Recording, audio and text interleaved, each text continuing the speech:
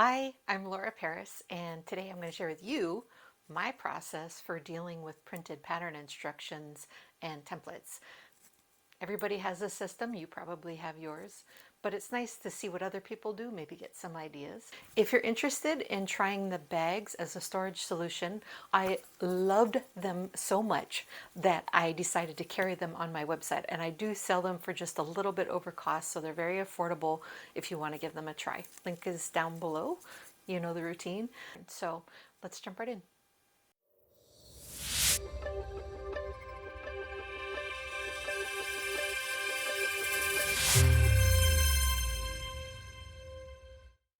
So this might seem a little redundant, but it's always worth mentioning. I do print out the 1-inch page square first and make sure that the settings are so that it prints at 100%. And then I go ahead and measure it to make sure that it is correct. Next, I do the instructions only on regular paper. In this case, it's pages 1 through 6. And I just use regular old copy paper. Next, I print the template pages. In this case, it's pages 7 through 10. And I make sure the scale's at 100%, and I do print it on cardstock. Next, because I prefer full pattern pieces, I go ahead and print out the cut on fold pieces, and I do them in reverse because trying to print it a second time and match it up doesn't work very well. And I print those on cardstock as well. Here's a quick tour around one of my laminators. I bought a second one so that I could do a lot at one time. And this one was pretty cheap. I think I got it for like $35 on Amazon. The laminating sheets I use for the templates is a 5mm glossy. I also don't try and laminate previously printed patterns. Then I go ahead and laminate. For the instruction part of the pattern, I use the laminating sheets that are 3mm, and I try to use the matte when I can. I put pages 1 and 2 together like a book and then put it in the laminating sheet and scooch it over to the edge. Once it's laminated, I can then use my stapler and have a little mark on the end of my stapler so I can kind of make sure that the staples are all in at about the same height.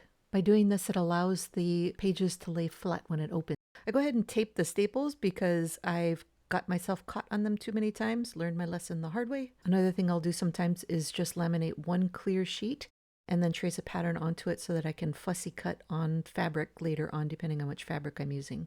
For cutting, I like to use this suction handle on my ruler. First up, we have a 4-piece pattern. You want to cut between the two sides only, and then you want to put them together. And then you want to cut just the edges that are going to join and join them up. And here I'm going to show you how I tape. I use packing tape always, and I put it on one side, lift up the edge, and then scoot it together until it's ready, and then bend it over. And then go ahead and cut around the remaining edges. When I'm cutting my pieces, I always make sure that the pattern itself is underneath the ruler and not outside. I can't tell you how many times I did it in reverse and cut the pattern itself. I should mention I always use a craft knife for my straight edges. Then I go ahead and I separate all of the pattern pieces and look for the pieces that have cut on the fold and cut only the edges that are going to join together. And then go ahead and tape it together. And then I'll go ahead and cut the rest of the edges around. For rounded pieces, I found that these nifty templates that I bought online tend to work really well. In this particular case, none of them actually works with this pattern piece, but they do help in other situations. So I usually use scissors instead of the craft knife to get the edges done. These are the bags that I use to store my patterns. I have a template set up in my Word program to just go ahead and print these out, and then I tape them to the front of the bag. Here I'm stuffing the acrylic templates inside so that you can see how big they actually are.